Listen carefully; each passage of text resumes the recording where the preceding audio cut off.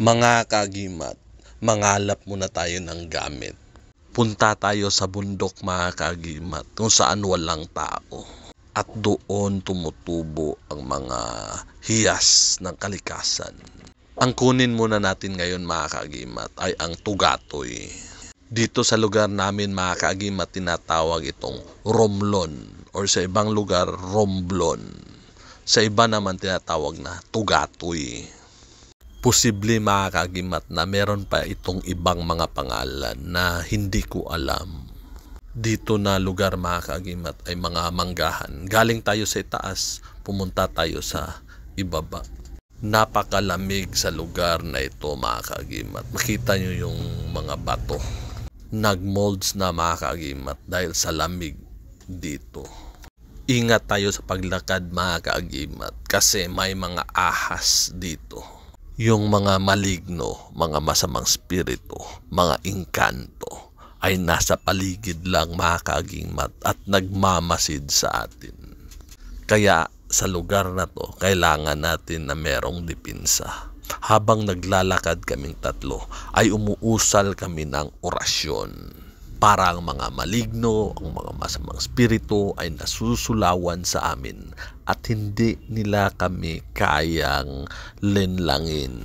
Maraming mga tao mga kaagimat na pinaglalaruan ng mga engkanto sa paligid kapag nasa bundok. Pero kami hindi nila kaya. Kasi protektado kami sa Diyos Ama. Si Commander Rolly pala yung nauna mga kaagimat. Kaya niyang makipagsagupaan ng mga halimaw 24 oras. Isa din siya sa mga malalakas na manggagamot. Ito naman mga kaagimat si Mando. Isang antingero na may kakayahan ng kabal at kunat. Gumawa kami ng mga kaagimat tugatoy. Ito mga kaagimat to. Gamot to. Ito yung tsura. Iba maliliit. Kuha tayo ng sanga. Ay, ng ugat pala. Ito yung dahon niya mga kagimat. Yan, tanim na yan. Mga kagimat, ito yung nakuha natin mga tugatoy mga kagimat. Ito yung nakuha natin. So may mga maliliit. Kinuha ko pati maliit mga kagimat. So ito mga malalaki na to. Ito to dako. Mas malaki to. Ito mga malaki. Ano pa may tumubo pa na maliit sa kanya. Ito malaki din. Iba mga maliliit. Ito ano siya maliit pero mataba. Maraming ano nito sakit na magagamot niya. Sa mga high blood, diabetes, gamot sa mga UTI, blood circulation, memory, pampalakas ng katawan. Meron din siya.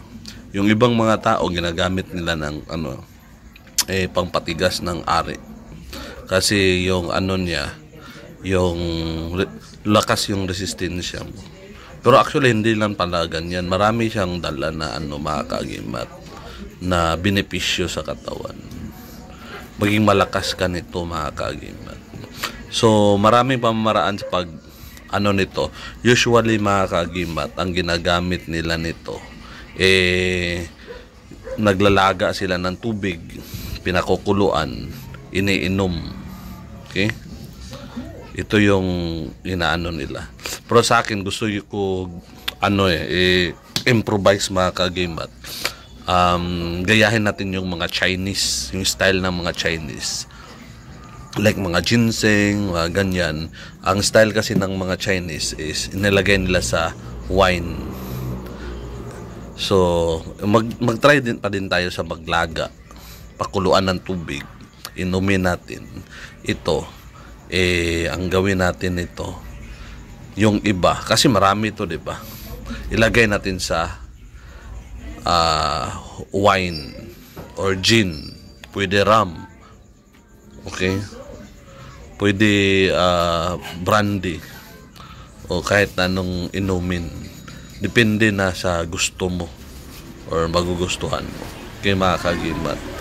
Yung iba, ang epekto nito, yung mga kaibigan natin na gumamit, masarap din yung tulog nila, mas magusto nilang kumain ng marami, yung walang ganang kumain.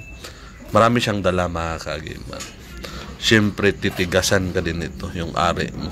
Mga kagimat, ito yung itsura ng tubig na pinakuluan ko ng tugato, yung mga kagimat. At 3 tasa nang nainom ko nito. So, mas to, mga kagimat, madali nag-epekto yung bisa niya kasi pinakuluan. So, ubusin natin to, mga kagimat. Mga kagimat, ito naman yung pinagbabara natin ng wine, mga kagimat. Brandy. So, ito yung itsura, puno ng tugatoy. So, unlike sa pinakuluan ng tubig, mas madaling ma-extract yung niya, yung ang tawag dito, yung nutrients ng tugatoy. Pero itong namang do madaling ma-extract yun, epekto kaagad kasi pinakuluan mo, mainom. Ito naman is pang matagalan to. Kahit nandito lang, hindi siya masisira, mainom mo dahan-dahan. Okay, mga kagimat. Ito yung style ng mga Chinese. Iinumin nila dahan-dahan hanggang sa maubos. Okay, mga kagimat, hindi na pinakuluan. Bino na lang, mga kagimat. Inumin mga alak.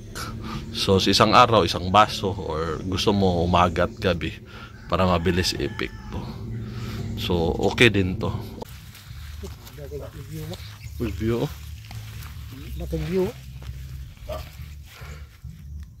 Grabe kalayo.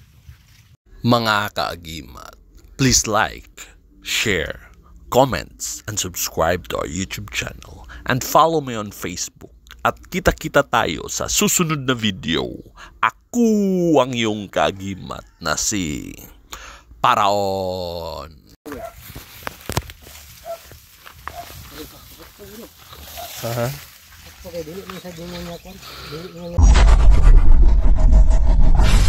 Marami pong salamat sa inyong panunood.